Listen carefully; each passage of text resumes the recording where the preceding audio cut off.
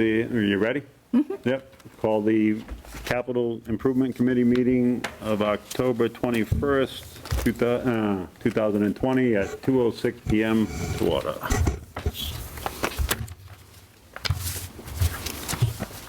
First item on our agenda is to review the article warrant. Well, I first should do the attendance for the minute keeper. We have Ellie Chesborough, Shirley Mazinski, Matt Wojcik, Jean Lovett, and Brendan Alder in attendance, and remotely we have Kent Vincent and Ben Tassino. The first item up is to review the article for the town warrant, article number 8. Has everybody had a chance to look that over at all prior to this meeting? I have a question. This is Okay, Ellie. Ellie. There's this Article 8 here, and then, is this part of Article 8, the second page, the FY? Well, it's Article 8 also incorporates our 5-year plan into the article.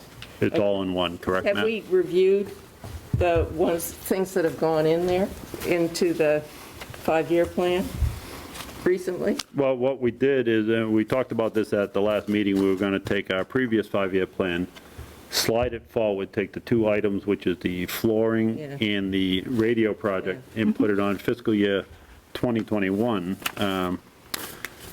After we get through the fall town meeting, we're going to start the process of reviewing and getting updated information to move forward for our spring town meeting.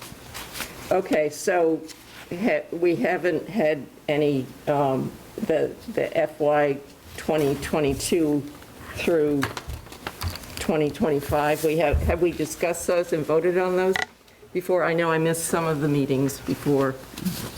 Well, these are, they had to get voted on at some point to get put onto the 5-year plan. This is the previous 5-year plan that we had, correct, Matt? Right, so these projects were as they were listed by the capital committee the last time you did a 5-year plan, which was a year and a half ago.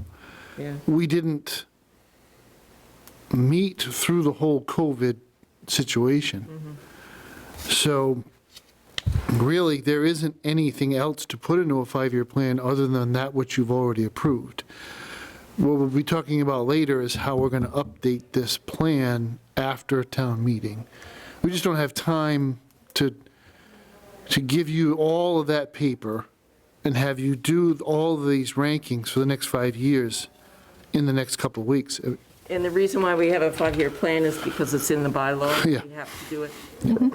And we're required to have that at town meeting, is that correct? Right. Right. I also think, though, it becomes the basis, right?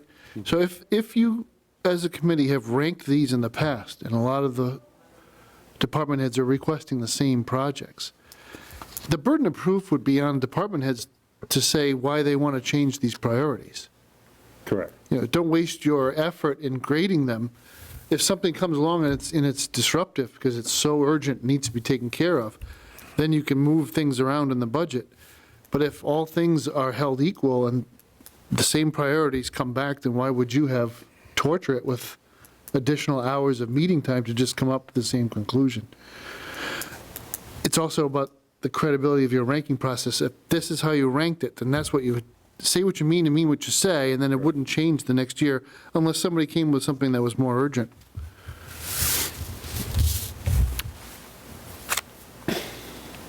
Oh, I'm in a quandary because I don't like the 5-year plan at all. And, Okay, so. but I want to vote for the police radios and the floor at the senior center. So Yep. I don't know. This is just how I understand it, Ellie, maybe this will help you a little bit, is we're required to have a 5-year plan at town meeting. Yeah. As we just went through, the 5-year plan changes, okay? Just because this is on the 5-year plan doesn't mean that all this stuff is getting approved. The only thing that's going to be potentially approved is what happens on 2021, the radio system and the flooring. Right. And we're a little premature. I was going to find out how everybody felt meeting the first week of December, because I've already spoke with Matt. Let's get through the town meeting. And then we're going to start the process moving forward, so then we can address these very concerns that you have. But like Matt said, it's up to the department heads that presented this stuff originally to tell us why any of this would change. And then at that point, if you have questions concerning any of these items, that's when you would bring that up. Okay. Mr. Chairman, if I Yes. may, Shirley Mazinski. I look at it also that we need to say, you've said the first week in December, that you're thinking of having a meeting? Yes, I checked with Chris earlier and to see if the December 2nd and December 9th were available at Wednesday at 2 PM, and both days are available. So I did that first, and then I need to find out how this works for everybody else that's on the, So my point is that we need to do this to give every department an opportunity that if they do have a change, they need to submit what they want and come no, in and absolutely. And stand up that's the for it. purpose of that Right. meeting, is just to initiate it. Right, And how Matt explained it to me is we'll give them the opportunity over the holidays to look through it, and then after the first of the year, we're going to start meeting again. They're going to have to come in and go through their Right. items to Right. see how we're going to, on the spring meeting, how we're going to put right. these items in a category, in a list of how they're going to happen. Just before the pandemic started, all the department heads had completed their requests. So I have those. I don't know, did we distribute them in email to the whole committee or not? I don't recall. Ken, I have, you know I if have we a got those in document. an email It's earlier? many, many pages. So that's what we'll Yeah. introduce to you in November, December 1st. Right. Week of December, in order to review this Yeah. plan. Yeah, But we're trying to stick to the formalities and the requirements of the bylaw, so we check the box and can just start over next year with maybe more clarity with the pandemic to deal with, or only the tail end of it. Yeah, how I see it is there's a 5-year plan, but each year is when it actually gets formalized as to what's going to happen that particular year, between the needs of the town, the finances of the town, however we can get this work done. and I think, and Shirley, again, I think, Matt, you and I had a slight discussion about, okay, we have the 5-year plan, but my thing was, we still need to review each year to see if any of the departments have changed or have something more pressing, Right. and if the finances are available, we need to look at that. So Yeah. No, I agree with that. So page 2 of or sentence 2 of the report says the following summary reflects the recommendation of the committee based on information available today and known priorities, and will be refined each year going forward. So the public's put on notice that Yep. these things will change. Right. I know sitting here right now, my recommendations might change. We have another year of information Yep. behind us and another year of requests from the department heads. Right. But for now, I think we should meet the obligation of presenting people with our last best effort at coming up with a plan. Right, we don't even have the generator listed in 2022. Correct. And we know that one's coming up, it's an important item. Yeah. However, a little more engineering needs to be done in order to properly scope out the job. Mike, to answer your question, I think Matt and I were the only ones that received all the, and they were, I believe they were going to Matt, most of them. Some of them sent them directly to Matt, some I received. But we never put those out to everybody because quite honestly, we weren't meeting because of the COVID. Right, yeah, so we can review all that stuff. We'll initiate the process the first week, beginning of December, And then Matt can share that information, and he'll have a chance to talk to his department heads to make sure those are all still valid at that point. And then to add to that, both of these projects, the senior center and the radio project, were already approved at town meeting. It's just, there's a shortfall on the money. Correct, yeah, in the scope of the radio project. Yep. Because they're past projects that were already approved. Yeah, thank you. Shirley? I do have a question regarding one of the articles, the radio system. Matt got further information. Are you talking about the quote that I distributed? Yeah. Everybody? Okay. So the 754,500, that does not include, I take it, the 27,397. All right, so before we get into this, because Matt and I were sure that this would come up, disregard that total number. This is done in a QuickBooks format, so it's automatically going to tally up down to the bottom. So forget about that 27,000. What you want to look at in here is how he spelled it out. Let's go to the very bottom line item. It would be easier for me to work backwards. The console portion battery should be replaced every 3 years.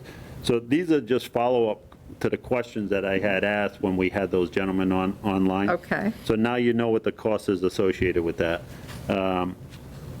If you skip up to the third one, the Kenwood Mobile Portable come with a 3-year warranty on the batteries. That's only showing one battery. Okay. So and I'm just using that so you can disregard that 27,000 because that's just automatically tallied up all these numbers, but it's not a fair representation as to what it is. And some of these items, and Matt can hopefully help me out in this, that they may be duplicated in here. Some of the things that we're talking about, was it an annual maintenance contract, Matt, or the?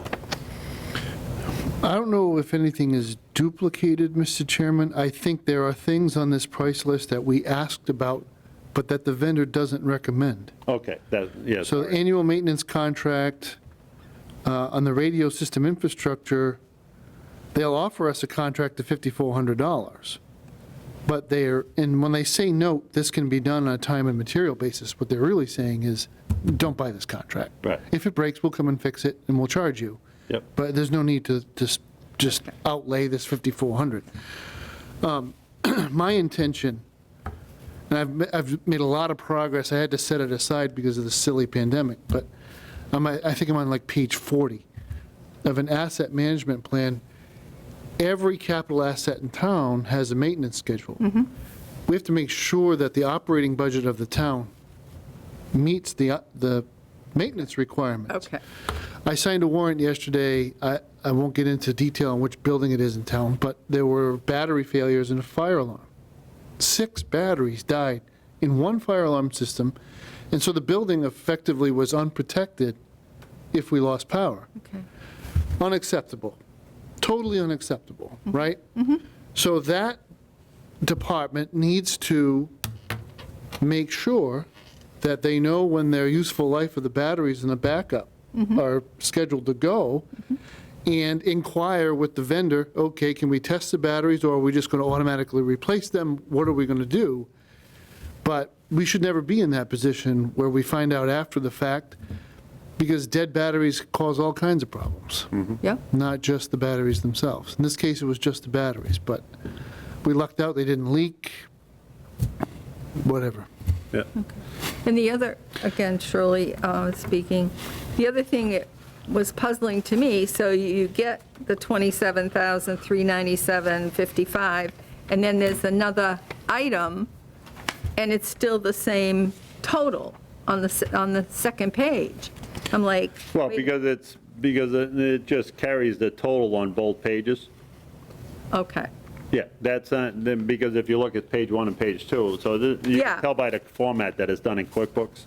And however they set it up is showing the total on both pages. Okay. It was clumsy, he called to apologize. But this, Yeah, he Okay. did. this The here- owner of the company himself called. All right. This wasn't really a good quote sheet. And I was like, this I get it. information actually only serves Matt and Jean. So then they have something that helps them when billing's coming in, that they know that they're being charged $450 an hour for servicing the antennas. Okay. But I would feel amiss Excuse me? Right. sitting here at this meeting and not picking up on it, and then somebody comes up to me and says, Yep. so I want it out in the open. This is Ellie, I agree, but on everything that we're going to be reviewing on the 1st of December, first week in December, is how much, Starting the review. We're not doing it all the first. yeah. But how God, much no. is it for the police fingerprint machine? What's the annual maintenance cost of that? I'm just taking that because it's the first thing I saw, but. Yep. But Yeah, and that's what the part of that process is going to be. Yeah. All that stuff's going to come out. Okay. And that's what I want to work towards, just similar to what we just went through with this Yep. radio project, just to make it somewhat transparent so everybody's aware of the associated costs or whatnot. Maybe there is no maintenance. Maybe, I think we bought one not that long ago, 5 years ago or so. The Yeah, that's thing. probably not the best example, but a good example would be all of our heat pumps, the ones at the library, the ones Yeah. here.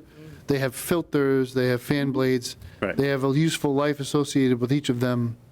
You should have a plan in place so that you're not caught without resources to make sure that the stuff doesn't break down. Okay, and those, well, we can talk about that the first week of December. Yeah. So If I just one remember. more thing, if I might, Matt. Yep, yep. Shirley again. So any maintenance is going to be out of the departments, not the capital issue that That's we're- right. Or Matt's bowl in his office, What's that? or your bowl in the office. Yeah, no, true. Just You like that, right? You like that prop. I'm going to leave that then. You got to keep it. comments, Jean? Okay, does Ben or Kent, you have any questions on the article or the 5-year plan? You good with it? Ben doesn't, and I don't either, really. Okay, thanks. Anybody else have any questions on that? Answered all mine. Entertain a motion to approve the warrant as presented. So moved. Second? And that was Shirley, who, Yeah. and Motion made by Shirley, seconded by Brandon. All in favor? I, Just a technicality, Mr. Chairman, when Yes. you have a quorum consisting of members that are remote, Yep. you need to do a roll call vote. yeah. May I have a roll call vote on that, please? Ellie Chesborough, aye. Shirley Mazinski, aye. Brandon Ogier, aye. Ken Vincent, aye. Ben? Casino, aye. Mike Fitzpatrick, aye. Okay, Thank you. good job. All right, the only thing left now is the minutes, but prior to getting into that, I just want to share with everybody, I sent an email to Caesar. We haven't heard from him in a little while. I sent it this morning. I copied Matt on it. Good morning, Caesar. We have not heard from you in quite some time. Per our bylaw, after 4 consecutive unexcused absences, you are considered resigned. Kindly inform the committee if you no longer wish to be a member. In the event that you do not respond, I will consider this to be the case. I would like to thank you for your past involvement, and it is the opinion of the members that you added value to the meetings. Sincerely, Mike That Fitzpatrick. was nice. So, just so everybody's aware that I sent that out to him. Thank you. I had checked with Kent a couple meetings ago. He hadn't heard from him in quite some time. I haven't heard any response at all from him. So, Good job. hopefully he responds. If not, then he doesn't. How long are you going to give him? Till the first week in December. No, actually, no. Well, that's the If he next time doesn't we're respond, meeting. if he doesn't respond back to me by Friday, I'm going to send an email to Matt. Oh. And per our bylaw, how it works is if you miss 4 consecutive meetings, you're considered resigned, and then the chairman would send a correspondence to the selectmen and the appointing authority saying that this individual resigned. There is no questions. I'm trying to give him a courtesy because of the opinion of members saying that he added value to the committee. Yeah, he did. And it's difficult to get volunteers to start with, so I'm not looking to throw anybody to the curb quickly. But I think we've been more than patient, and we just need to keep moving forward. With that, we move into the meetings. There was one set of meetings from, well, I put the wrong date on it. I had the wrong date once, and then I corrected it, now it says 2016. But the good news is, we're not going to review those meeting minutes, because I reached out to Chris Furno, because we don't have a voting quorum to vote on those particular meetings, and she's checking with the Attorney General or somebody to clarify that, how we discard those. In any event, we have 3 other sets of meeting minutes. I don't know if everybody had an opportunity to review those. You guys, Kent and Ben, have you reviewed those at all? The meeting minutes of the September 30th? Yes, I have. Yeah. Any questions, changes? No? None on my end. Okay. Anybody else have any changes? No, I move we approve the Capital Improvement Committee meeting minutes of Wednesday, September 30th, 2020, as presented. Second?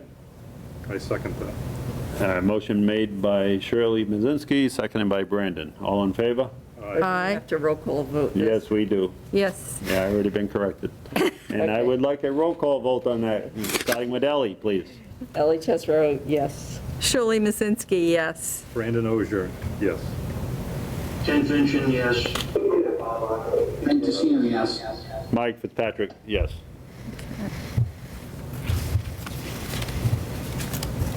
Would you like, somebody like to do the next set of meeting minutes, say October 7th? I move we approve the Capital Improvement Committee meeting minutes of Wednesday, October 7th, 2020, as presented. I second that motion. Motion made by Shirley, seconded by Brandon. Roll call vote, please. Ellie Chesbro, yes. Shirley Mazinski, yes. Brandon Ogier, yes. Ken Vincent, yes. Ben Tessino, yes. Mike Fitzpatrick, yes. Okay. And we have October 14th next.